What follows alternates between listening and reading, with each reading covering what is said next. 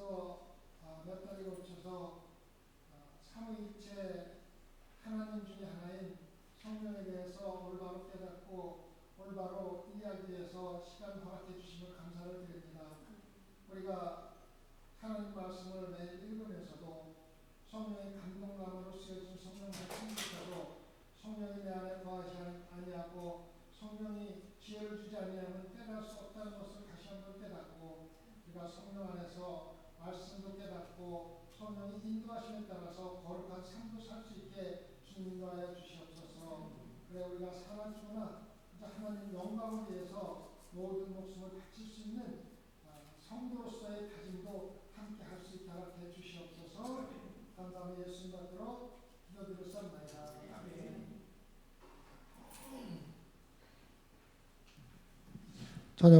점심을 너무 잘 먹어가지고 다들 졸을 것 같은데요. 근데 한번 졸을 싶으면 그냥 졸어 보세요. 제가 어떻게 알아? 준숙자매, 저거 시험 졸어봐 내가 어떻게 알아? 준숙자매 이게 뭔지 알아요? 이게 아니 날아가는 게 아니라 머리부터 쭉 부어지면 시원해갖고 깰 거 아니야, 그죠? 지난 2, 3주 동안에 한 성령과 성령 충만 사이의 다른 점, 또 성령 충만 가운데서 일반 성령 충만과 특별 성령 충만에 대해서 한번 검토하고, 그다음 사도 바울의 서신서에서 성령에 대해서 어떻게 이야기했는가를 공부하고 오늘 마치겠습니다.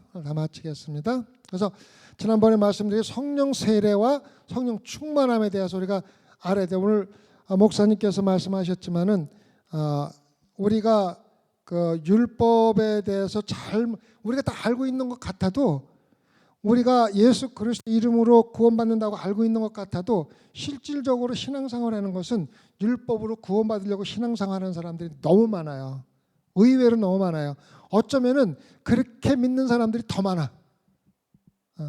그래서 여러분들 잘 알아야지 돼요. 지금 목사님께서 아침에 설교하시고 금요일에 설교하시고 토요일 새벽 예배 설교하시는데 좀 길더라도 인내심을 가지고서 잘 이해하세요. 그거를 이해를 못하면요 평생 신앙생활하고 지옥 가요. 정말로 위험한 게 나도 모르게 율법에 따라서 신앙생활 하면서도 지식적으로는 내가 주님의 은혜로 구원받았다고 생각을 하면서 신앙생활하는 사람이 너무 많다는 거예요. 자신은 몰라. 너무 그 차이가 적기 때문에. 그래서 교회 일을 하는 거를 보거나 헌금을 하는 걸 보거나 찬양을 하는 거 보거나 다 보면은 은혜로 구원받고 하는 것과 아까 목사님 말씀하신 대로 우리가 그렇게 함으로써 남한테도 칭찬을 받고 하나님께도 칭찬을 받고 그로 인해서 구원도 받을 수 있다고 생각하면서 신앙생활 하는 사람들이 의외로 많아요. 그러니까 여러분은 말씀으로 굳게 다져져야 돼요. 말씀 없이는 구원이 없어요. 진짜 말씀 없이는 구원을 받을 수가 없어요. 자, 그래서 성령 세례와 성령 충만에 대해서 우리가 다시 한번 검토하는 겁니다. 그 성령 세례는 뭐예요? 각 신자의 삶에다 한 번 경험하는 거. 이거는 구원을 나타내는 거야. 그죠? 그 다음에 오순절날 그것이 일어난 이후에 시작이 된 것이며, 오순절 전에는 성령 세례라는 말도 없었고 성령 세례는 일어난 적도 없습니다. 그 다음에 모든 신자들이 반드시 경험해야 합니다. 왜냐하면 그거는 구원을 상징하는 거기 때문에 성령 세례를 받지 않은 사람은 신자가 될 수 없어요. 성도가 될 수 없다고. 그래서 모든 신자들이 반드시 경험해야 하는 겁니다. 그 다음에 한 번 성령 세례를 받아서 인치심을 받으면은 절대로 취소할 수도 없어요. 하나님의 품 안에 예수 그리스도가 한 번 붙잡아 주시면은 절대로 빼앗아갈 자가 없게 되는 겁니다. 그다음에 결과로 그리스도인이 되는 겁니다. 우리가 예수 그리스도를 믿을 때 일어나는 것이며 그리스도를 믿는 외에는 전제 조건이 아무것도 없습니다. 오늘 목사님이 설교하신 거 똑같은 내용이에요. 예수 그리스도로 구원받으면 다른 거는 아무것도 없습니다. 우리가 아까 목사님도 설교 때 말씀하셨지만 그 종교 다원주의에 대해서 우리가 많이 조심을 해야 돼요. 사람들이 기독교가 그 예수 그리스도만으로 구원받는다 그러니까는 굉장히 외골수라고 얘기를 하고서 심지어는 기독교 각 종파들의 대표들까지도 꼭 그렇게 고집해서 다른 종교와 갈등을 일으킬 필요가 뭐가 있느냐고 주장하면서 다원화 종교에 모든 사람이 모든 종교에 구원이 있다고 하는 세계적인 모임이 있다고요. 모임이 있는데 대표들이 참석을 해요. 캐톨릭 대표도 참석하고 신교도 대표들도 참석하고 뭐 모슬림도 오고 뭐 와가지고 서로 회의해가지고 우리 그렇게 하자, 세계 평화를 위해서 다원주의를 받아들이자 갖고 하는 사람들이 참 많아요. 근데 예수 그리스도를 믿는 외에는 구원이 없어요. 이건 정말 우리가 잘해야 됩니다. 그래서 성령 세례는 우리가 단 한 번 받는 구원과 직접 연결되는 겁니다. 근데 성령 충만은 다릅니다. 성령 충만은 구원과 아무런 상관이 없어요. 반복되는 경험입니다. 지난번에 반복되는 경험으로 누구 얘기했습니까? 베드로가 몇 번 경험을 했고 사도 바울도 몇 번 경험을 했지 않습니까? 그럼 구약 시대에 있었다 그렇습니다. 처음 시내산에서 어떻게 성전을 짓는가를 갖다가 그 양식을 받았는데 실질적으로 그걸 지을 수 있는 기술을 가진 사람이 없기 때문에 하나님의 영이 그 사람들에게 임해서 그 사람들이 지혜와 기능을 그 사람한테 주어가지고 성전을 짓게 만들고 대제장의 제복을 만들게 만드는 겁니다. 그다음에 모든 신자가 경험하는 것은 아닙니다. 구원을 받았다 할지라도 성령 세례를 받았다 할지라도 성령 충만함을 받아서 특별한 재능을 가지고 아니면 특별한 일을 하지 않을 수도 있다는 겁니다. 그다음에 잃어버릴 수가 있습니다. 대부분은 잊어버립니다. 이스라엘의 왕이 탄생하기 전에, 왕이 뽑히기 전에 사사시대 때는 전부 다 그렇게 해서 구원을 받았지 않습니까? 이스라엘 백성이 죄를 짓고 하나님께서 사사를 보내서 그에게 성령 충만함을 주어서 그 성령의 능력으로 블레셋 사람들을 물리치고 또 다른 적들을 물리치는 일이 많이 있지 않습니까? 네? 그리고 그 결과로 능력을 받는다는 것이죠. 그리고 그리스도 삶 전체에서 일어날 수가 있습니다. 그러니까 살아가면서 우리가 성령 세례는 딱 한 번 받으면 끝이지만은 우리가 죽을 때까지 신앙생활하면서 하나님께서 필요할 때마다 우리에게 성령 충만함을 허락해서 필요한 하나님의 사역을 할 수 있도록 해주고 있습니다. 그다음에 성령의 충만함은 우리가 순종에 따라서 아무리 성령 충만함을 받았어도 순종하지 않으면은, 다시 말하면 하나님께서 주신 성령의 충만함을 사용하지 않으면은 그 다음에 다시 받을 수 있는 그러한 기회가 없어진다는 것입니다. 그래서 첫 번째 머릿속에 잘 두세요. 성령 세례와 성령 충만이 이런 것이다. 마음속에 새겨두시기 바랍니다. 그 다음에 성령 충만에는 또 두 가지가 또 있다 그랬죠. 자, 특별 충만과 일반 충만이 있습니다. 아시겠죠? 그래서 특별 충만은 보통 채우다 동사로 사용합니다. 성경에서 동사로 사용되어서 왔습니다. 원문에도 동사로 사용합니다. 그다음에 일반 충만은 충만한, 지난번에 말씀드렸죠. 충만한, 성령이 충만한 사람들 중에서 7 집사를 뽑아라, 이런 식으로 나왔잖아요. 그래서 보통 형용사로 사용해야 됩니다. 그리고 특별 충만은 성령으로 채우는 사건을 강조합니다. 그래서 내가 성령을 받고 바로 하나님의 권능이 나한테 나타나가지고 하나님 일을 즉시할 수 있는 그러한 것으로 특별 성령 충만을 성경에서 많이 설명을 하고 있습니다. 그 다음에 성령이 충만한 일반 충만은 그 사람의 성령 충만한 받은 사람의 태도와 성품을 강조합니다. 무슨 얘기인지 아시겠어요? 자, 다시 설명드릴게요. 특별 충만은 나의 신앙적인 거룩함과 관계없이 성령 충만함을 받아서 하나님께서 주신 사역을 즉시로 감당할 수가 있어요. 무슨 얘기인지 알겠죠? 그래서 내가 특별 성령 충만을 받았지만 거룩하지 않을 수도 있고 악한 일을 할 수도 있고 하는 사람일 수도 있어요. 그러나 일반 충만은 그 사람의 내적인 상태 아니면 성품을 강조하기 때문에 그 사람은 반드시 거룩한 사람, 성령이 충만한 사람은 거룩한 사람. 그래서 일곱 집사들은 사람들로부터 칭찬받고 하나님으로부터 칭찬받는 거룩한 성품과 태도가 누가 보아도 사람이 보나 하나님이 보나 거룩한 사람들이었습니다. 차이점을 알겠죠, 그죠? 그다음에 특별 충만은 내가 받는데 나에 대한 조건이 없습니다. 하나님께서 주권적으로 주셔가지고 하나님의 일을 하도록 만드는 겁니다. 아시겠죠? 그 다음에 일반 충만은 조건이 있습니다. 조건이 있고 가지고 있는 성품에 따라서 채워짐이 달라질 수가 있습니다. 나중에 또 사도 바울의 그 성령에 대해서 이야기할 때 좀 더 설명을 하겠습니다. 그래서 지난번에 제가 말씀드렸죠. 특별 성령 충만은 여러분들이 추구한다고 주어지는 게 아니라는 거예요.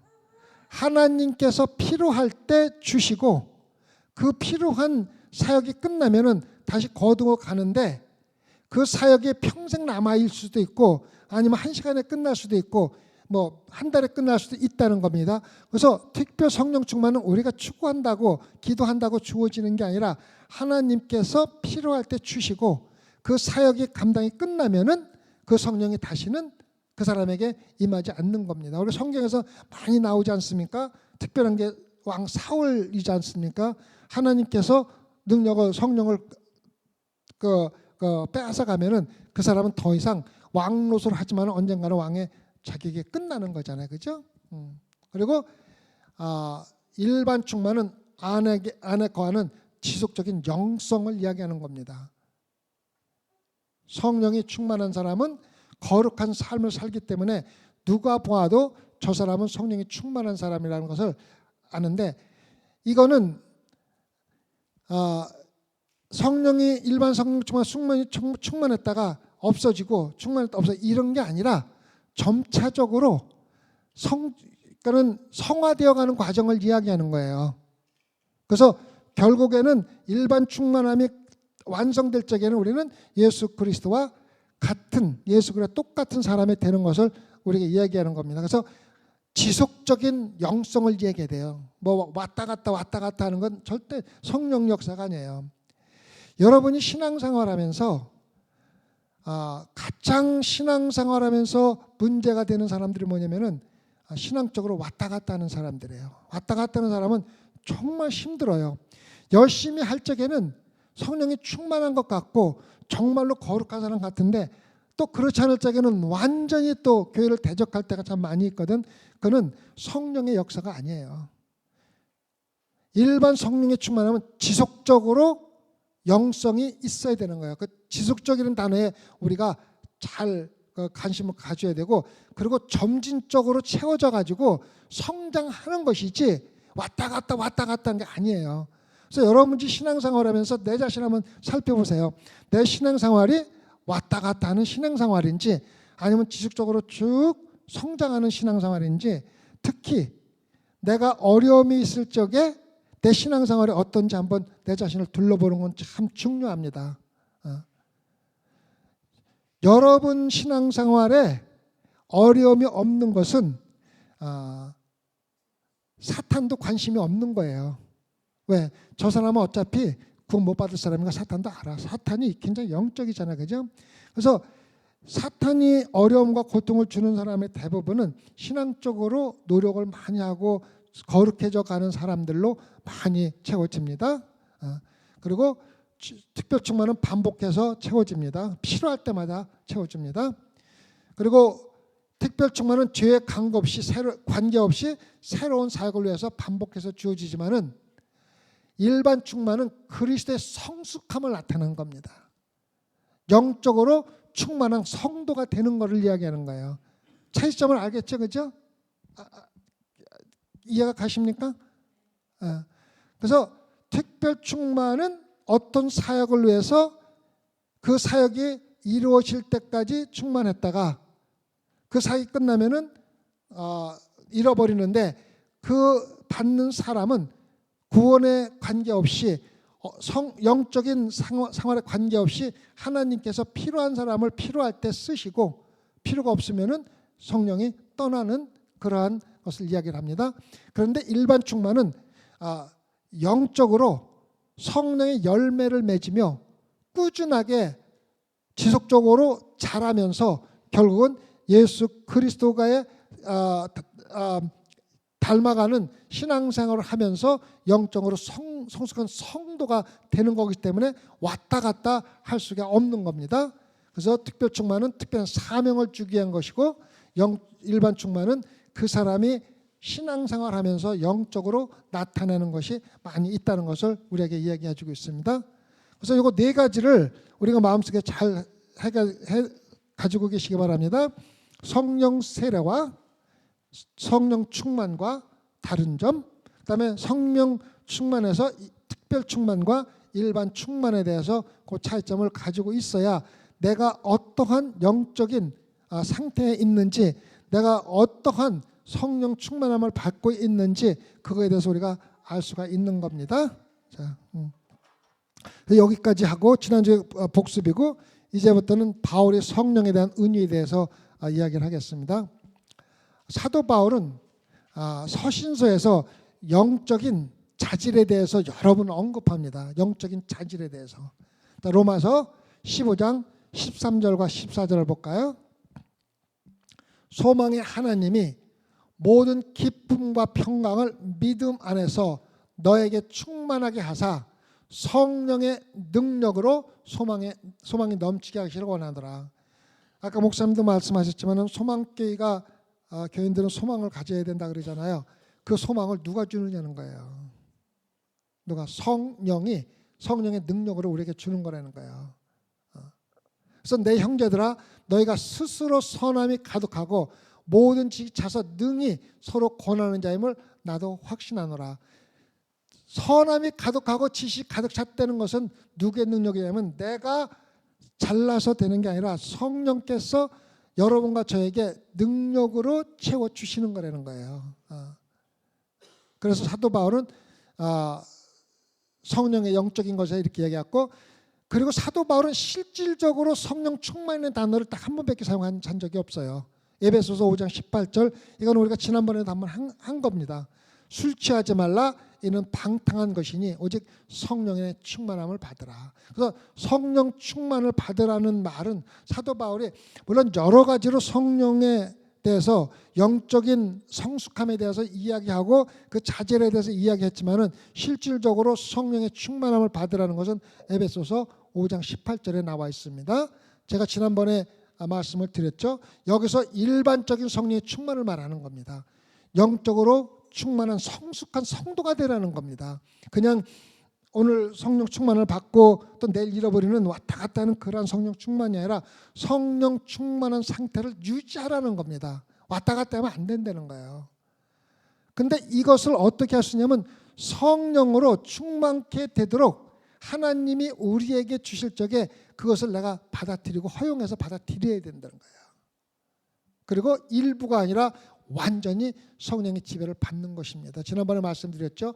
술 취하지 말라는 것은 술의 지배, 술의 영향을 받지 말라는 것이고, 성령의 충만함을 받으라는 것은 하나님의 말씀의 지배를 받고 살라는 것을 우리가 이야기했지 않습니까? 그래서 성령의 영향 아래 있으라는 것입니다. 우리 삶에 영향을 주는 주된 주체가 성령이 되어야 한다는 것입니다. 아시겠죠? 성령이 지배한다든가 성령이 주체된다는 것은 성령의 감동으로서 해진 하나님의 말씀이 여러분과 저의 삶을 지배해야 된다는 거예요. 근데 말씀을 모르면 지배를 받을 수가 없잖아요. 그죠? 그래서 잊어버리고 안 잊어버리고 떠나서 말씀을 꾸준히 듣고 읽고 막 해야 됩니다. 반드시 해야 됩니다. 우리 개인의 주님이신 예수 그리스도가 성령을 통하여 우리 각자에게 영적으로 충만케 해주는 것입니다. 성령을 보내신 이가 누굽니까? 예수 그리스도예요. 그래서 우리가 신앙생활은 신약 시대에서는 성령이 교회를 지배하고 교회를 지배한다는 건 성도, 교회의 지체인 여러분과 저의 삶을 지배하는 것인데, 누가 성령을 보내줬냐면 예수 그리스도가 성령을 보내줬잖아요.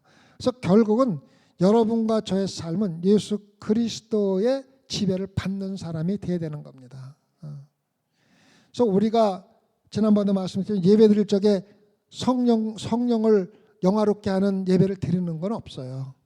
누구를 영화롭게 합니까? 예수 그리스도 하나님 아버지를 영화롭게 하고 예배드리고 찬송하지만 성령을 예배하고 성령을 찬송하라는 말은 없고 우리가 그렇게 하는 교회도 없어요. 그죠?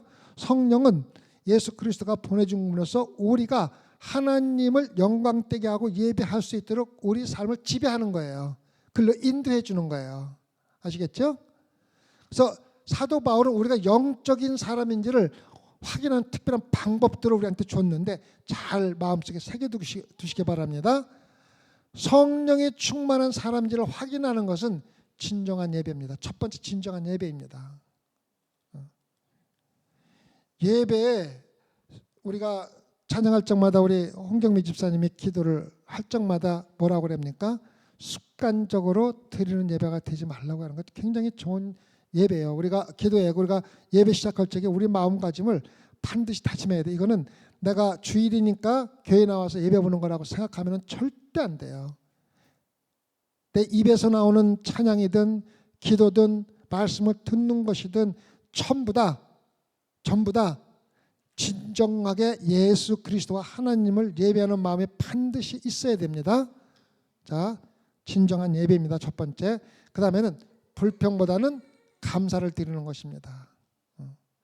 목사님도 한번 말씀하셨지만 성도가 시험 들기 전에 가장 먼저 나오는 게 뭔지 아십니까? 교회에 대한 불평, 다른 사람에 대한 불평, 무언가에 대해서 불평이 시작되면은 병 들어가기 시작하는 거예요. 병 들어가기 시작하는 거예요. 우리가 참 말을 참 우리 조심해야지 돼요. 참 말을 조심해야 돼요. 아까 목사님도 대회에서 설계했지만은 밖에 있는 사람들이 소망교회를 참 엄청나게 쓰러뜨리려고 노력을 많이 하는데 그 중에서 먼저 쓰러뜨려야 될 사람들이 목회자들이거든요. 목회자들이나 아니면 교회 지도자들이잖아요. 그래서 우리도 저는 벌써 목회를 은퇴한 지가 벌써 지금 7개월, 8개월 돼 가는데도 엄청나게들 욕을 하고 다니는데 또 욕을 하고 다니면 그냥 듣고 그냥 그 사람에게 뭐 저기 해야 되는데 또 어떤 방법으로도 우리에게 들어온다고요. 사람이 그 인간인지라 진짜 좀 답답할 때가 있잖아요. 우리 와이프가 오늘 아침에 예배 오면 저기 교회 오면서 뭐라 그러는 줄 알아요? 너무너무 욕을 많으니까 사도 요한이 예수님한테 저런 것들 불인해서 다 태워 죽이시라고 너무 우리 와이프가 그런 사람이 아니거든요. 하도 욕을 많이 먹고 그냥 답답하니까는 그런 얘기를 하는 거예요. 참. 근데 우리는 인내심을 가져야 돼요. 그럴수록 우리가 기도하고 그 사람들을 위해서 기도해주고 너무 불쌍한 거예요. 너무 불쌍한 영혼이잖아요. 너무 불쌍한 영혼이에요. 여러분들 소망교회가 다른 사람들로부터 욕을 먹는다는 것은 우리가 제대로 한다는 거예요. 잘하고 있는 거고 여러분들만 보면은 제가 요즘에 신앙적으로 정말 성장하고 있다는 거 참 잘 알고 있어요. 그러니까 욕을 먹는다 할지라도 예수님은 그랬잖아요. 십자가에 돌아가시면서까지 자기를 죽이는 사람 용서해달라고 기도했잖아요. 그 사람들 용서해달라고 기도하시고 다만 제가 걱정되는 것은 그 듣는 사람들이 그 말에 혹해서 혹시라도 교회를 대적할까 겁나는 것뿐이에요. 근데 대부분의 사람들이 그래도 그렇게까지는 생각을 안 하는 것 같더라고요. 그렇게 우리 욕이나 목사님 욕을 들어도 그래도 그분들은 신뢰할 수 있는 분들이라고 생각하는 사람들이 의외로 또 많이 있더라고요. 그래서 위로가 되는 거예요. 그런데도 그렇게 하고 다니는 사람들이 좀 믿긴 하죠. 특히 자기들이 신앙생활을 엄청 최고 잘하고 있다고 생각하는 사람들이 그렇게 하고 다닐 적에는 조금 마음에 슬퍼요. 조금 슬퍼. 그렇지만은 그건 뭐 하나님께서 판단하실 일이죠, 그죠? 그래서 불평보다는 감사를 드리세요. 무조건 감사하세요. 그다음에 성도 사이에 서로에다 존경해 줘야 돼요. 왜? 교회는 다 달라요. 다 달라요. 다를 수밖에 없는 이유가 예수님께서 설명했잖아요. 말씀하셨잖아요. 그렇게 교회의 머리는 누굽니까? 예수 그리스도고 우리는 다 지체잖아요. 손과 발이 똑같아요, 달라요? 달라요. 하는 일도 다르고 생각도 다르고 다 달라요. 다 달라요. 다 달라요. 눈이 다르고 입이 다르고 다 달라요. 그다음에 우리가 다르다는 것을 인정하고 그 사람을 서로 존중해 줘야 돼요. 성격이 급한 사람은 급한 사람대로 쓰고, 특히 베드로는 불 같은 사람이었어요. 근데 하나님께서, 예수님께서 베드로를 들어 쓰셨잖아요. 그렇잖아요. 그러니까 불 같은 사람도 들어 쓰시는 거예요. 목사님도 가끔 말씀해서 성질이 급하시다고 말씀해서 목사님보다 제가 성질 더 급할 거예요. 제가 설명을 우리 와이프한테 한번 물어보세요. 그런데도 또 나름대로 부족한 사람들도 들어 쓰시잖아요, 그렇죠? 그래서 다른 사람이 나와 다르다 할지라도 존경하세요. 아시겠죠? 그다음에 하나님을 진심으로 섬기세요. 입으로 섬기지 말고 삶으로 섬기세요. 삶으로 섬기고 사랑하세요. 서로 사랑하세요. 그래서 여러분들이 정말로 성령이 충만한 일반 성령 충만입니다. 충만한 사람인지 아니면 여러분들이 진정으로 예배를 드리고 있는지, 아니면 그냥 와서 그냥 주일이니까 와서 드리는 건지 항상 확인해 보시고 불평보다는 감사하세요. 입에서 감사가 막 튀어나와야지 돼요. 그다음에 성도 사이 서로 존경하세요. 서로 다르다 할지라도. 그다음에 하나님을 진심으로 섬기고 그리고 사랑하는 겁니다. 성령이 충만한 사람이 되는 것은 어떤 공식에 따라서 단시간에 이루어지는 것이 아니라 신자들이 그들의 삶에서 성령이 더 완전하게 지배하도록 허용하라는 권면입니다. 사도 바울이 이야기하는 것은 너희들이 하루아침에 성령이 충만한 사람이 돼가지고 예수 그리스도까지 될 수는 없다는 거예요. 그런데 그렇게 되려고 생각하는 사람들이 참 많이 있는데 그거는 그럴 수가 없다는 거예요. 그래서 아까도 얘기했지만은 일반 성령 충만은 바로 성령 충만한 사람이 되는 것인데, 그러한 것은 차차 쌓여져서 진행되어 가는 것이지 하루아침에 되는 건 아니라고 그랬어요. 그래서 여러분들이 성령 충만함을 달라 기도할 적에 하루하루 달라져 가는 사람이 되게 해달라고 기도하는 겁니다.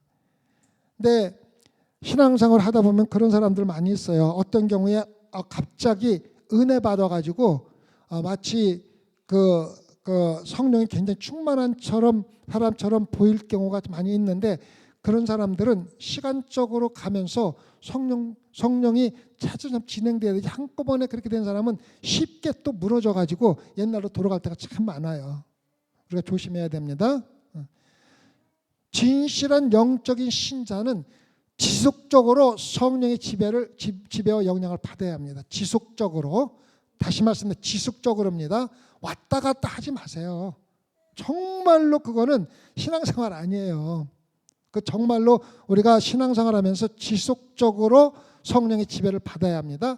그래서 성령의 영향을 받고 사는 성령이 충만한 사람은 특정 사람으로 특정 지어야 됩니다. 아까 말했지만 누가 봐도 누구는 성령이 충만한 사람이라고, 일곱 집사를 뽑을 적에 한 사람처럼 일곱 사람들이 성령이 충만한 사람이라고 모든 사람들이 인정했잖아요. 그리고 하나님도 인정했잖아요. 제자들도 인정했잖아요. 그러한 사람으로 특정 지어져야 되는 거예요. 왔다 갔다 하는 건 절대로 안 됩니다. 신앙생활은 왔다 갔다가 될 수가 없어요. 지속적으로 성령의 지배를 받으며 저 사람은 성령이 충만한 사람이라고 인정을 받아야만 됩니다. 인정을. 사도 바울이 이야기하는 거예요. 그래서 사도 바울은 세 가지를 이야기를 합니다. 첫 번째는 육체를 십자가에 못 박아야 된다고 그래요. 성령이 충만한 사람이 되기 위해서는. 그 다음에 성령을 쫓아 행해야 된다 그래갖고, 그 다음에 성령의 열매를 맺어야 된다고 얘기했어요. 그건 하나하나 제가 이따가 말씀을 드리겠습니다. 갈라디아서 5장 16절과 17절을 보면은, 또 22절 24절 보면 내가 이르노니 너희는 성령을 쫓아 행하라.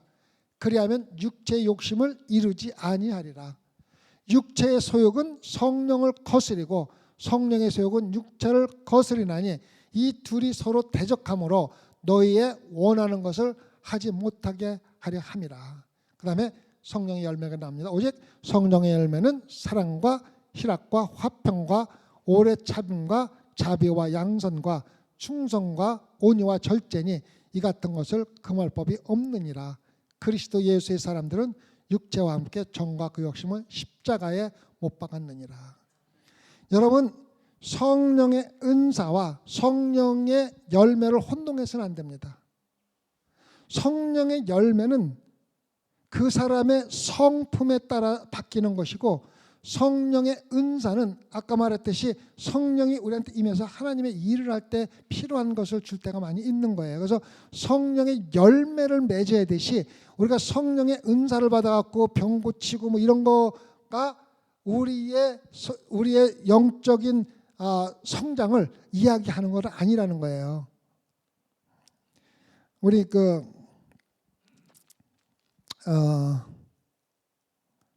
이정옥 집사님이 돌아가셨잖아요, 그죠? 그분이 암으로 돌아가셨잖아요. 근데 그 누님이 언니지, 언니가 와서 언니가 참 신앙이 좋으시더라고. 와서 동생의 병간을 하면서 우리한테 얘기를 하시더라고요. 자기가 옛날에는 신유의 은사가 있었대. 전도사님인데 옛날에는 신유의 은사를 받아갖고 자기가 기도하면 병을 고침받는 사람이 있었대. 근데 지금은 그 신유의 은사가 없어가지고 내가 동생이 아픈데도 기도를 못 해준다는 거야. 성령의 은사가 더 이상 자기가 없다는 거야.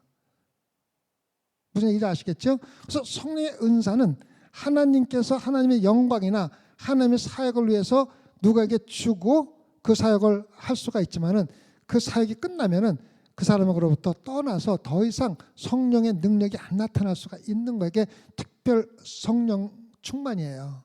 그래서 그분이 고백하시더라고요. 그래서 결국은 근데 우리가 이거는 알아야지 돼요.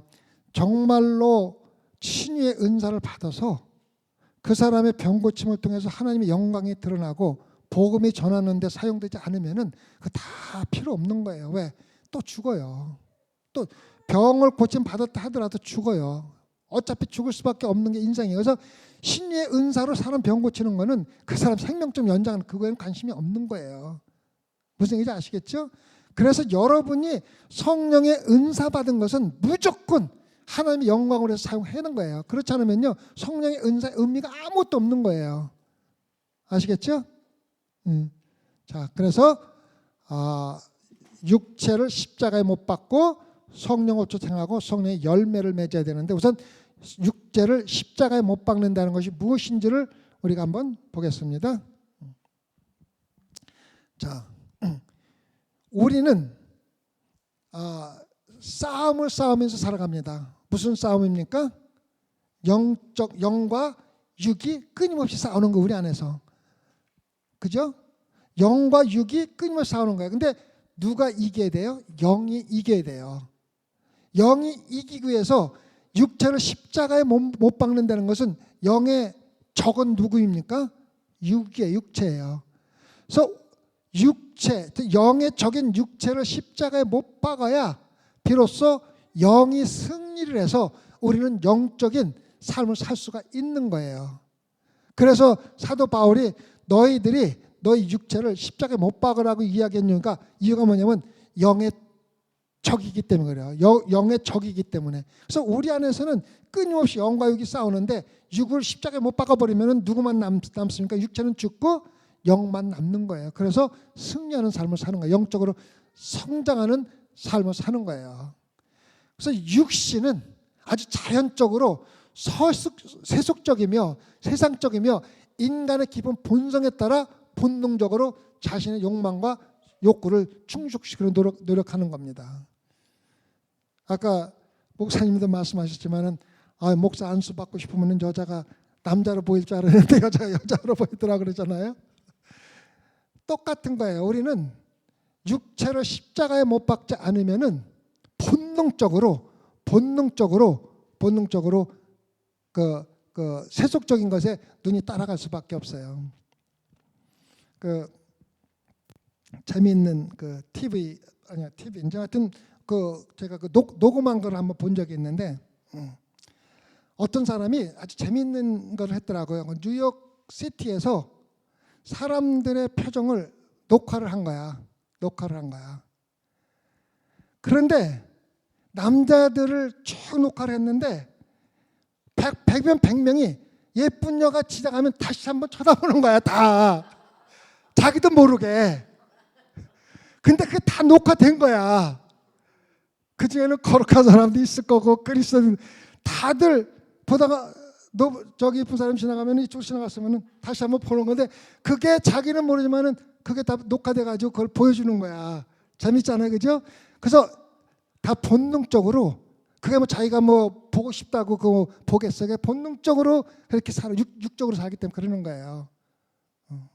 남자 여자들도 마찬가지예요. 아니 웃지 마세요. 제가 경험을 했어요. 제가 그 옛날에 그 대학교 다닐 때 하숙을 했어요. 하숙을 했는데 그 하숙집 아줌마가 아주 재밌는 분이야. 그 당시 한 40대 중반쯤 됐을 거야. 됐는데 우리하고 얘기를 하면은 내가 오늘 어디 놀러 갔는데 거기 멋진 남자가 안경 쓰고 막 나이방 쓰고 하는데 진짜 멋있어 보인다. 뭐 한번 이렇게 얘 말 걸어보자 이런 얘기를 종종 해요. 종종 하는데 결국은 그 하숙하는 학생하고 바람이 나가지고 바람이 나가지고 결국은 이혼하고서 그렇게 그랬다고. 내가 하숙비 다 냈는데 그 아줌마가 우리 다 군대 가 있는데 우리 집에 와서 우리 엄마한테 하숙비 안 냈으니까 더 달라고 그래갖고 돈 받아갖고 바람 피러 다녔잖아. 참말로. 지금은 이제 군대 가 있으면 전화 통화 되는데 그때는 군대 가면 끝이거든요. 그래서 군대 갔는데 나중에 와보니까는 야 너 하숙비도 안 내고 돈 준 거 뭐야 그랬는데 또 받으러 와서 돈 줬다 그랬더니 그 사기꾼인데 그랬더니 바람 나갖고 돈 쓰느냐고 그런 거야. 참. 그래서 여자들도 그런 사람들이 많아요. 그러니까 조심하시. 남자나 여자나 육의 싸움은 다른 게 없다는 거예요. 다른 게 없다는 거예요. 여러분들이 아무리 돈에 욕심이 없는 것 같지만은요 적은 것보다 많은 게 좋아요. 그렇죠, 그잖아요. 그렇죠. 아무리 여러분 그 얘기 여러 번 들었잖아요. 록펠러가 돈 세계에서 제일 많은 사람이 얼마 더 있으면 돈을 그만 벌겠으니까 뭐라 그랬어요? 조금만 더 있으면. 그러니까 끝이 없다는 거예요. 한이 없다는 거예요. 그래서 육을 십자가에 못 박으라고 사도 바울이 이야기하는 거예요. 그래야 영이 살아요. 왜냐하면 육과 성이 끊임없이 싸우거든요. 그렇지만 우리 육이 자연적으로 우리를 지배하게 돼 있거든요. 그래서 영은 우리가 성령을 받아서 말씀으로 계속 싸워 나가야지. 그렇지 않으면은 본능에 따라 살 수밖에 없다는 거예요. 육체적인 충동이나 정욕, 태도, 야망은 그리스도로 하여금 성령의 인도를 거부하도록 격려할 수가 있다는 겁니다. 욕심 부리지 마세요. 우리 막내딸이 걔는 이걸 들을 이유가 없겠지. 아까 전화가 왔어. 전화 왔고 지금 그 영국에 출장 가 있는데 이제 월요일부터 목요일까지 근무하고 금요일 날 그 파리에 가가지고 기차 타고 2시간 걸린대요. 집에 있는 것보다는 이제 다음 주에 또 미팅이 있으니까 영국에서 가서 파리에 가가지고 쇼핑을 했대. 쇼핑을 했는데 많이 샀어. 그랬더니 생각보다 훨씬 많이 썼대. 그래서 얼마 썼는데 내가 아빠한테 지금 숫자를 주면은 아빠가 지금 교회에 있는데 쓰러질까 봐 숫자는 나중에 아빠가 안정되게 해주겠다. 그래서 이제 가서 또 열심히 일주일 동안 돈 벌어야 되는데 절제를 하고 쓰려고 그러는데 눈에 보이니까 눈에 보이고 좋은데 딴 데보다 싸거든. 또 이제 그 명품 같은 좀 싸잖아요. 싸니까 사고 싶은 충동이 생기는 거야. 그러니까 가지 말아야 돼 그런 데는. 예? 걔가 좀 철들은 줄 알았더니 아니야 또. 얼마나 많이 썼으면 아빠가 지금 숫자를 들으면 쓰러질까봐 집에 가면은 얘기해 준대. 그게 바로 우리 본능임이에요. 본능. 아무리 신앙생활 열심히 한다고 보면은 갖고 싶고 이득이 되는 거 보면은 사고 싶은 거예요. 세일하면은 사고 싶고 쓸모 없어도 사요. 여자분 다 웃으시잖아요. 그 제이씨 페니가 있잖아요. 이거 이렇게 해도 되는가? 제이씨 페니가 거의 망했어요. 왜 망했는 줄 알아요? 네? 그게 아니고 CEO가 새로운 CEO가 사장이 왔는데 그 사람 생각에 이거 뭐 맨날 뭐 세일해갖고 뭐 쿠폰 보내 그런 게 이제 귀찮으니까 우리는 아예 싸게만 파는 회사라는 브랜드네임을 하기 위해서 계속 우리는 쿠폰 없이도 싸게 산다는 거를 갖다 막 선전을 엄청 TV에 갖고 했어요. 근데 사람이 아무도 안 오는 거야. 세일을 해야 쿠폰을 받아야 이거 진짜 세일하는 거는데 싸게 판다고 얘기를 하면은 어떻게 알아 싸게 파는지.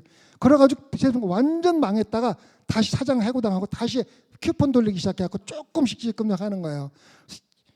남자들도 그런데 여자들 심리가요. 세일한다 그러면 필요 없어도 사는 게 바로 세일이거든.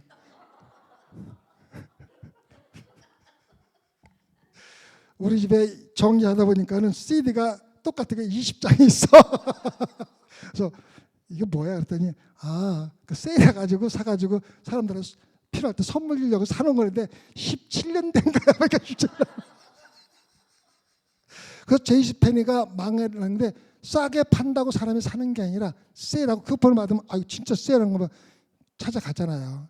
우리 아빠 맨날 그래. 우리 와이프가 여보 이거 내일 세일 마감이야 오늘 가야 돼. 그 악착같이 가갖고 싸우잖아. 그게 우리가 충동을 받는 일적인 충동을 주는 거예요. 그 사탄의 역사입니다. 그거. 사탄은 뭐 안 돼. 사탄의 역사.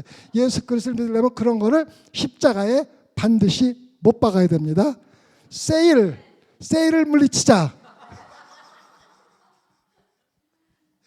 세일한다고 거의 익스파이드 가는 음식 사다 놓고서 여보 우리가 왜 이렇게 익스파이드 음식을 먹어야 돼? 세일 싸니까 이렇게. 자, 육체적인 것 갈라디아서 5장 19절에서 21절입니다. 육체의 일은 현저하니 그 음행과 더러운 것과 호색과 우상 숭배와 술수와 원수를 맺는 것과 분쟁과 시기와 분냄과 당짓는 것과 불량과 이단과 투기와 술취함과 방탕함과 또 그와 같은 것들이라. 전에 너희에게 경계한 것 같이 경계하는 이런 일을 하는 자들은 하나님의 나라를 유업으로 받지 못할 것이냐. 이렇게 육체의 일과 성령의 열매가 일치됩니다. 반대로 일치가 돼요. 정반대로. 아시겠죠? 이따가 제가 얘기하는. 그래서 사도 바울이 여러분과 저에게 하는 육체의 행위를 거부함으로 세일을 강력하게 반대함으로 육체를 십자가에 못 박아요. 충동에 넘어가지 말라는 거예요. 충동에 넘어가는 사람들이 그 스팸 메일 같은 거 스캔 같은 거 많이 당해요. 세일한다 해서 빨리 열어보면 벌써 당할 경우가 많거든요. 그런 충동에 대적하셔서 육체적인 행위를 거부함으로 육체를 십자가에 못 박아야 영이 살아나는 겁니다. 자, 첫 번째는 관능적인 일, 곧 음행과 더러운 것과 호색하는 것을 버리라는 겁니다. 관능적인 거, 그러니까 본능에 따라서 행하는 거, 음행과 아까도 얘기했지만은 본능적인 음행과 더러운 것과 호색하는 거, 색을 즐기는 거를 못 박아야 됩니다. 십자가에 못 박아야 되는 겁니다. 두 번째는 잘못된 신앙입니다. 곧 우상 숭배와 술수. 우상 숭배는 지금 정말 여러 가지 다양한 방법으로 교회 구석구석까지 침투돼 있어요. 우상 숭배하는 것 같지 않지만은 실질적으로 우상 숭배가 되는 일이 너무 많은 거예요. 너무 많은 거예요. 그다음에 술수, 갈라디아서 5장 20절입니다. 세 번째는 개인적인 적개심입니다. 곧 원수를 맺는 것과 분쟁과 시기와 분냄과 당짓는 것과 불량과 투기와 살인입니다. 당짓는 거와 시기, 분쟁 같은 거 아까 목사님도 말씀하셨잖아요. 교회에서 당짓는 것은 정말 막아야 돼요. 당짓는 거는 있어서는 안 돼요. 우리가 예수 그리스도 지체인데 손에 손길이 놓을 수가 없잖아요. 같이 놀아야 돼요. 그래서 당짓는 거 정말 우리가 조심을 해야 됩니다. 그다음 네 번째는 음주입니다. 곧 술 취함과 방탕함. 갈라디아서 5장 21절. 이러한 육체의 소욕은 성령을 거르시는 거리며 아직도 육체의 소욕의 지배를 받는 사람은 진정한 그리스도인이 아닙니다. 갈라디아서 5장 21절입니다. 아시겠죠? 그리스도인 하는데 물론 아까 목사님도 말씀하셨듯이 우리가 예수 그리스도를 믿는 믿음으로 구원받는 건 확실해요. 근데 예수 그리스도를 믿는 믿음이 참된 믿음이라면은 준숙자매 참된 믿음이라면 웰컴해 웰컴. 마커스가 좀 보링할 건데. 근데 보링 안 할 것 같은 게 뭐냐면은 사랑하는 아내 옆에만 앉아 있어도 행복한 거잖아, 그죠? 그래서 걱정할 필요가 없어, 그죠? 자, 그다음에 갈라디아서 5장 24절 보면 그리스도 예수의 사람들은 육체와 함께 그 정과 욕심을 십자가에 못 박았느니라. 자, 여러분 한번 생각해 보세요. 내가 내 본능적인 육신의 정욕을 십자가에 못 박았는가? 아직도 내 안에서 영과 계속 싸움을 하고 있는가 한번 생각해 보시고 아직도 그렇게 살아있다면 육체에 못 박으라고 얘기합니다. 그래서 첫 번째 사도 바울이 성령 충만을 받는 조건은 육신을 십자가에 못 박아야 합니다. 그 다음에 성령을 쫓아 행하라 그랬습니다. 영적 승리는 궁극적으로 성령 안에서 행할 때 얻어지는 것입니다. 자, 성령 안에서 뭐 할 때? 행할 때 성령 안에서 행하는 거 없이 지식으로만 알고 있어 아무 의미가 없어. 행할 때 얻어진 것은 갈라디아서 5장 16절 아까 얘기했죠. 내가 이르노니 너희는 성령을 쫓아 행하라. 그러면 육체의 욕심을 이루지 아니하리라. 다시 한번 얘기합니다. 성령을 쫓아 행하라. 지식으로 알거나 생각으로 알거나 또 간습적인 건 안 됩니다. 행하는 겁니다. 성령을 쫓아 행하는 것이 무엇입니까? 앞으로 나아가는 것입니다. 다시 말하면 영적으로 성장하는 거예요. 계속해서 움직이는 겁니다. 그래서 아까도 얘기했지만 왔다 갔다 하는 게 아니라 성령의 충만함이 계속 자라는 겁니다. 그리는 삶에서 성령 믿음에 자라고 영적으로 성화되어 가는 겁니다. 그래서 결국에 우리 목적은 뭡니까? 예수 그리스도와 닮아가는 거예요. 자, 성령을 쫓아 행하는 것은 움직이는 거예요. 행한다는 것은 움직이는 거예요. 그래서 계속해서 앞으로 나아가는 겁니다. 신앙이 성장해야 돼요. 왔다 갔다 하면 안 돼요. 성장하고 계속 움직이면 능력이 자라야만 합니다. 성령이 내 안에 있으면은 능력이 자랄 수밖에 없어요. 그래서 그리스도는 반드시 성령에 따라 믿음이 자라고 영적으로 성화되어 가야만 합니다. 알겠죠? 영성은 내 안에 거시는 성령의 속삭임에 지속적으로 순종하는 그리스도의 삶에서 나타납니다.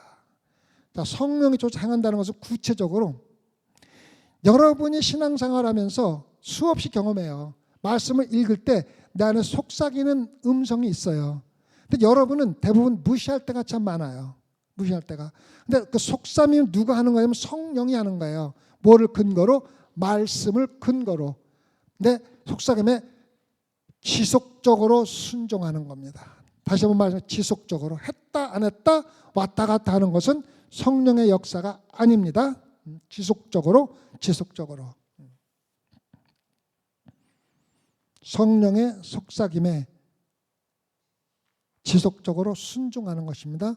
그 속삭임은 기도할 때, 말씀을 읽을 때, 설교를 들을 때 끊임없이 우리한테 얘기를 합니다. 여러분 많이 경험하시죠, 그죠? 성령의 속삭임의 내용은 본질적으로 성경적 진리입니다. 마음에 새겨두세요. 성령이 여러분들에게 얘기하는 것은 성경 말씀의 진리이며 성령은 기독교인에게 성경의 진리를 생각나게 하고 믿고 순종하도록 격려하는 것입니다. 강요하고 그렇게 하도록 만들어버리는 거 아니라 격려를 하는 건데 그것을 격려를 듣고 행하느냐 행하느냐 누가 결정합니까? 내가 결정을 하는 겁니다. 아시겠죠? 다시 말씀드립니다. 우리가 성령이 내 안에 계시면은 성령이 끊임없이 우리에게 속삭임이 있는데 그 속삭임의 내용은 본질적으로 성경의 진리입니다. 그래서 성령은 기독교인에게 성경의 진리를 생각나게 하고 믿고 순종하도록 격려를 합니다. 근데 결정은 누가 합니까? 내 자신이 하는 거예요. 따를 것이냐 안 따를 것이냐는 내 자신이 하는 겁니다. 아시겠죠? 그래서 성경 말씀을 깊이 대하여 깊이 깨닫고 깨달은 진리를 성령을 쫓아 행하는 것이 영적으로 성장하는 데 필수적으로 중요한 것입니다. 여러분들 말씀을 듣고 깨달을 적에 그 깨달은 것을 바로 행하세요. 그거 행하지 않으면요, 여러분들 곧 잊어버리게 되고 여러분들이 또 잊어버렸다 하더라도 성령이 여러분에게 생각나게 하면 즉시 행함으로 성령을 통해서 행하라는 겁니다. 마음에 새기면서 행하는 겁니다. 삶으로. 영적인 승리는 궁극적으로 성령에서 행할 때 어찌 됩니다. 행할 때. 자, 성령의 열매에 대해서 얘기하겠습니다. 그리스도의 삶에서 똑같은 단어입니다. 지속적으로 성령의 열매를 맺는 것은 영성을 나타내는 것입니다. 왔다 갔다 하는 게 아니라 지속적인 성령의 열매입니다. 아시겠죠? 성령의 은사가 아니에요. 성령의 열매입니다.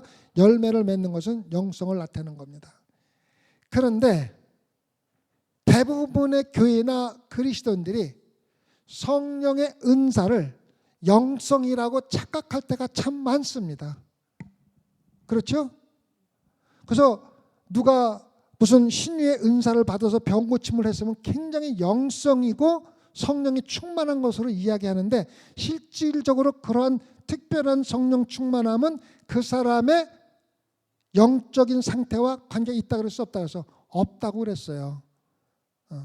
그래서 여러분들이 성령의 열매를 끊임없이 맺어야 그 사람은 영적인 사람이지 일시적으로 성령의 은사를 받아서 성령의 능력을 나타내는 것은 그 사람의 영성과 전혀 관계가 없다는 것입니다. 영적인 사람은 영적 특성을 계속해서 나타낼 것이며 그게 바로 영적인 열매입니다.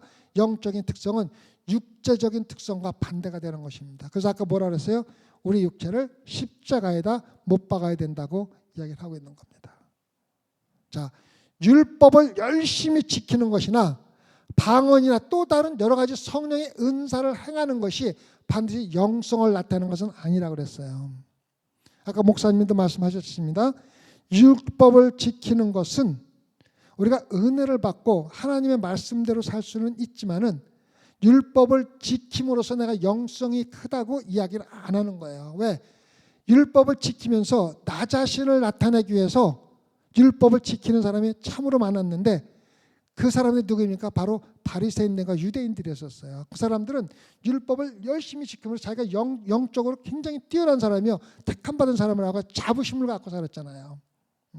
그래서 율법을 지키는 것이나 성령의 은사는 영성을 나타내는 것이 아니라는 것을 우리가 잘 알아야 됩니다.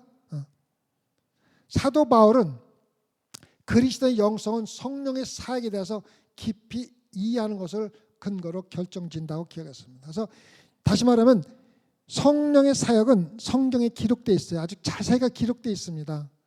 그 성령의 사역을 우리가 성경 말씀에서 반드시 깊이 이해하는 것을 근거로 해서 행해야 되는 것이지 다른 방법이 없다는 것입니다. 그 결론은 뭡니까? 우리가 다시 성경으로 돌아가야 된다는 겁니다. 사도들은 성령이 각 신자 안에 거한다고 가르쳤습니다. 성경 말씀에도 나오죠. 성령이 너희 안에 거한다고 그랬어요. 그래서 그리스도인들은 거룩한 삶의 행위에 대한 열매로 성령이 거하는 것을 다른 사람들에게 보여줘야 되고 자신도 그거를 통해서 알게 되는 것입니다. 아시겠죠? 자, 성령의 열매에 대해서 계속하겠습니다. 성령의 열매와 영적 특성에 대해서 우리가 하겠습니다. 9가지. 사랑이 뭡니까? 내 자신의 욕망보다 다른 사람의 영적 선을 더 중요하게 여기는 겁니다. 이게 사랑입니다. 물론 세상적인 육체적인 사랑으로 사람들에게 뭐 선을 베풀고 하지만 영적인 사랑은 내 욕망보다 다른 사람의 영적 선을 더 중요하게 여기는 겁니다. 그래서 육체적인 특성과 반대되는 것 무관심과 증오입니다. 다른 사람을 무관심하는 거나 증오. 어떤 게 더 무섭습니까? 무관심이 더 무서운 거예요. 무관심이 더 무서운 거예요. 그다음에 희락입니다.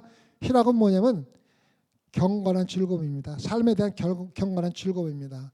그냥 재미있고 즐거운 게 아니라 경건한 즐거움이 바로 성경에서 말하는 희락입니다. 경건한 즐거움. 그다음에 육체적인 특성은 뭡니까? 우울증입니다. 우울증입니다. 화평도 거룩하고 신성한 평화를 얘기하는 겁니다. 그냥 싸움 안 하고 그냥 같이 그냥 사는 게 아니라 거룩하고 신성한 평화를 화평이라 그럽니다. 육체적인 특성은 갈등과 심한 스트레스입니다. 오래 참음은 어려운 상황에서 견디는 겁니다. 오래 참음은 어려운 상황에서 견디는 겁니다. 육체적인 특성은 참지 못하고 보복하거나 도망가는 겁니다. 자비는 다른 사람을 향한 거룩한 친절입니다. 거룩한 친절입니다. 그냥 자비를 베푸는 게 아니라 그냥 친절을 베푸는 게 아니라 하나님의 이름, 하나님의 영광으로 해서 거룩한 친절을 나타내는 겁니다. 육체적인 특성은 적개심과 분노입니다. 양선은 도움이 필요한 사람에게 베푸는 관대함입니다. 육체적인 특성은 이기적인 야망, 인색함입니다. 충성은 신실함으로 인도하시는 하나님에 대한 신뢰로 충성이라고 합니다. 신실함으로 인도하시는 하나님께 모든 걸 맡기는 것이 충성입니다. 근데 육체적인 특성은 자신을 신뢰하는 겁니다. 아까 목사님도 말씀하셨죠. 내 자신이 나를 구원할 수 있으리라. 나 자신을 믿는 겁니다. 온유는 능력은 있지만 그 능력을 제어하는 겁니다. 조정하는 겁니다. 육체적인 특성은 분노가 폭발하는 겁니다. 절제는 자제력이며 육체적인 특성은 게으름, 상습적인 탐욕, 술 취함, 음행. 예를 들어서 술을 먹고 싶을 때 자제하는 것이 바로 절제고 음행을 하고 싶을 때 참고 자제하는 것이 절제입니다. 그렇죠? 그게 바로 성령의 열매입니다. 자, 그러면은 정리를 하면서 우리가 지금까지 성령에 대해 다 얘기를 했는데 그럼 우리가 어떻게 살 것인가? 어떻게 살 것인가? 영성은 성령이 성경적 진리로 우리에게 깊은 감명을 줄 때 내 안에 계신 성령이 우리에게 감명을 줄 때 내 안에 가신 성령이 끊임없이 우리를 속삭입니다. 그런 속삭임에 지속적으로 순종하는 겁니다. 했다 안 했다가 아니라 기분 좋을 적에는 했다가 기분 나쁠 때는 아니라 지속적으로 순종하는 게 바로 우리가 살아가야 할 신앙생활입니다. 그리스도 안에 있는 신자인 우리들은 성령의 인도하심에 따라 영적인 삶을 반드시 살아야 합니다. 자, 여러분 안에서 끊임없이 성령이 속삭입니다. 말씀을 통해서 찬양할 때 우리의 감동감을 줄 적에도 성령이 우리에게 주는 속삭임입니다. 내가 찬양할 적에 찬양하면서 회개하고서 엄청나게 하나님께 큰 쓰임 받은 사람이 참 많고 또 말씀을 들을 때라든가 그때마다 우리는 지속적입니다. 지속적으로 순종하는 겁니다. 지속적으로. 그다음에 성령의 교리를 올바로 이해하고 다시 말하면 하나님 말씀을 반드시 알아야 돼요. 우리의 일상생활과 사역에 실질적으로 성령의 역사를 받으며 신앙생활을 해야 합니다. 자, 마음에 새겨두세요. 실질적으로 성령의 영향을 받아야 돼요. 그 말은 뭐냐면은 말씀에 따라 살아야 돼요. 실질적으로 아니고 계속적으로 말씀 머리 두면은요 신앙적인 자만만 잘하고 정말 골치 아픈 사람이 되는 거예요. 지속적으로 또 실질적으로 다시 말씀해 실질적으로 성령의 역사를 받으면서 살아갑니다. 우리는 성령이 우리의 삶에서 주님의 말씀에 따르도록 인도하실 때, 속삭이실 때 지속적으로 순종해야 됩니다. 다음 사항들은 우리가 참 조심해야 될 사항들입니다. 일주일에 한 번 교회에서 예배드리는 영적 행사로는 절대로 성령의 충만함을 받을 수가 없습니다. 일주일에 한 번 교회에서 예배드리는 영적 행사로는 충분하지 않습니다. 우리가 예수 그리스도의 뜻을 깨닫기 위해 우리 자신을 헌신하며 매일 그리스도와 함께하는 조용한 시간도 충분하지 않습니다. 많은 사람들이 예배를 열심히 드리고 하나님의 말씀을 열심히 읽고 열심히 헌신하며 매일 조용한 시간을 가지고 기도한다면 내가 충분히 영적으로 충만하고 성령이 충만하고 영적으로 성장할 것이라고 생각하는데 그것이 충분하지 않다는 거예요. 뭐가 빠졌어요. 볼까요? 뭐가 빠졌나? 성경을 읽고 기도하고 정기적으로 하나님을 경배하는 것은 여전히 진리한 영성이 요구하는 수준에 도달하지 못합니다. 중요한 게 빠진 거예요. 우리는 매 순간 성령을 통해 우리 지금의 인도에 뭐 해야 돼요? 순종해야 합니다. 순종하지 않고 맨날 기도만 하고 맨날 성경만 읽고 맨날 예배만 드리고 그러면요, 진짜 무서운 것은 신앙적으로 엄청나게 자만하게 돼가지고 사람들을 무시하고 겁없이 막 그냥 그 신앙생활하면서 자기가 하고 싶은 대로 할 때가 참 많습니다. 마음속에 새겨두세요. 기도하는 것 갖고 충분하지 않습니다. 예배 드리는 것 갖고 충분하지 않습니다. 말씀 듣는 것도 충분하지 않습니다. 아무리 모든 것을 한다 할지라도 매 순간 성령을 통해 우리 주님의 인도에 순종해야 합니다. 순종. 그래서 순종이 빠지면은, 행함이 빠지면은 지금까지 우리가 배운 성령의 역사나 모든 것들이 다 헛되고 헛된 것입니다. 그래서 묻습니다. 우리 삶에서 나의 생각은 순수하고 거룩합니까? 육적인 것이 아니라 영적인 것으로 순수하고 거룩합니까? 생각이 거룩하지 못하면 시작 자체가 없는 거예요. 우리의 삶의 태도는 영적입니까? 아니면 육체적입니까? 지나가는 예쁜 아가씨를 보고 다시 고개를 돌려서 보는 본능적인 삶을 살고 있습니까? 아니면은 절제하고 아무런 관심 없이 살아가는 영적인 삶입니까?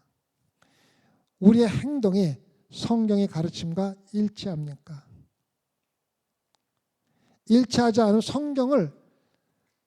성경에 따라서 살지 않으려면은 우리가 알고 있는 성경 지식은 무효백해입니다. 아무런 가치가 없어요. 왜? 뭐로 성경을 배웁니까? 성경 말씀대로 따라 살려고 배우는 거지 다른 목적 아무것도 없어요. 그렇죠? 우리의 행동이, 나의 행동이 성경의 가르침과 일치합니까? 우리의 결정이, 모든 일을 결정하는 것이 성경적인 윤리 지침을 따르고 있습니까? 내가 어떠한 것을 결정해도 이것이 하나님의 뜻인지 아닌지 먼저 생각하고서 결정을 하느냐고 묻는 것입니다. 우리의 지적 능력은 성경적으로 통제가 됩니까? 아니면 세상적인 것으로 통제가 됩니까? 라고 묻고 있습니다. 스스로에게 물어보라는 것입니다. 우리는 다른 사람들을 예수 그리스도의 태도로 대하고 있습니까? 아니면 우리의 감정에 따라 대하고 있습니까? 잘 생각해 보세요. 내가 다른 사람들 대하면서 내 감정대로 대하고 있는 건지 아니면 모든 성령의 열매를 맺으며 예수 그리스도의 태도로 대하고 있는 것인지. 나의 오락과 취미가 성경 말씀의 영향을 받고 있습니까? 아니면 세상적인 영향을 받고 있습니까? 내가 즐기는 모든 오락이 하나님의 말씀의 영향을 받고 있는지 세상적인 쾌락의 영향을 받고 있습니까? 나는 경건한 남편, 아내, 어머니, 아버지 또는 자녀가 되기 위한 성경적인 원칙을 따르고 있습니까? 나는 경건한 남편이나 아내나 어머니, 아버지 또는 자녀가 되기 위한 성경적인 원칙을 따르고 있습니까? 육체의 일을 택하고 있습니까? 아니면 성령의 열매를 택하고 있습니까? 우리는 일상생활에서 삶을 현실에 직면할 때 생각으로는 다 잘 되는데 직접 어려움이 닥칠 적에 영적인 사람으로 살고 있습니까? 아니면 육체적인 사람으로 살고 있습니까? 다시 말씀드리지만 삶의 현실에 직면할 때 이론적으로는 그 사실한테 직면하지 않을 때는 모든 것을 다 할 수 있을 것 같지만은 딱 닥치면은 내가 실질적으로 영적인 사람으로 살고 있는가 육적인 사람인가 판단이 난다는 겁니다. 아시겠죠? 마음에 새겨져서 삶의 현실에 직면할 때 생각이 아니라. 마지막으로 가장 중요한 점은 성령께서 성경적인 진리를 우리에게 가르쳐 주시고 기억나게 해 주실 때 우리 안에서 말씀하시는 성령의 명령에 우리 자신의 삶 속에서 지속적으로 순종하고 하나님 말씀의 가르침을 다른 사람에게 효과적으로 전할 때만 우리는 새 언약, 사역을 삶에서 처음으로 완전히 이해하게 됩니다. 다 마음에 새겨서 하나님의 말씀의 가르침을 다른 사람에게 효과적으로 전할 때 우리가 성령의 역사를 체험합니다. 왜? 다른 사람에게 말씀을 전할 때 엄청난 어려움과 고통이 있는데 그 가운데서 역사하시는 성령의 역사를 체험으로 이해하게 된다는 겁니다. 말씀으로 이해하는 게 아니라 체험으로 이해하는데 체험으로 이해할 수 있는 방법은 순종하고 말씀을 전할 때만이 일어날 수 있는 일이라는 것입니다. 그래서 하나님의 말씀을 지식으로 이해하는 것과 삶에서 체험으로 이해하는 것은 전혀 다른 것이며 삶으로의 이해는 우리가 말씀으로 순종할 때만 가능합니다. 말씀으로 살지 않는데 어떻게 체험을 합니까? 저는 행함이 없는데 행함이 있을 적에 내가 생각하지 못한 것들이 나를 성령님께서 다스리게 해주는 것이지 내가 행하지 않는데 어떻게 체험을 합니까? 전혀 체험이 안 되는 거예요. 여러분이 도전을 하지 않으면 체험을 할 수가 없는 거예요. 그래서 우리는 꼭 마음에 새겨두세요. 체험으로 우리가 성령을 이해해야 되는데 체험으로 이해할 수 있는 방법은 성령의 인도하심에 따라 순종할 때만 처음으로 이해하는 삶이 가능하다는 것입니다. 네. 자, 다 끝났습니다. 뭐 질문사항 있습니까? 내가 마르코스가 너무 지루할까 봐 진숙자매 일찍 끝내는 거야. 얘기 좀 해줘 나중에. 질문 없죠? 네, 그럼 우리 기도하고 끝낼까요? 하나님 아버지 감사합니다. 오랫동안 모든 성도들이 정말 주님을 사랑하는 당신의 자녀들이 인내심을 가지고 성령에 대해서 많은 것을 배우고 또한 이해하고 또 깨닫게 되었습니다. 우리가 아무리 많은 것을 깨닫고 이해한다 할지라도 우리가 성령에 따라 순종하지 않고 행함이 없다면은 우리가 배운 모든 것들은 우리에게 악으로 작용할 수가 있다는 것을 깨닫고 성령의 말씀에 따라서 살아갈 수 있도록 인도하여 주시옵소서. 무엇보다도 우리가 말씀을 듣고 설교를 듣고 찬양을 할 때 우리 마음속에서 속삭이는 성령의 말씀을 무시하지 아니하고 그 말씀이 우리에게 주는 하나님의 진리의 말씀을 항상 따라서 순종하는 그런 용기와 힘을 성령님께서 허락하여 주시옵소서. 감사하며 우리 예수님 받들어 기도드렸사옵나이다. 아멘.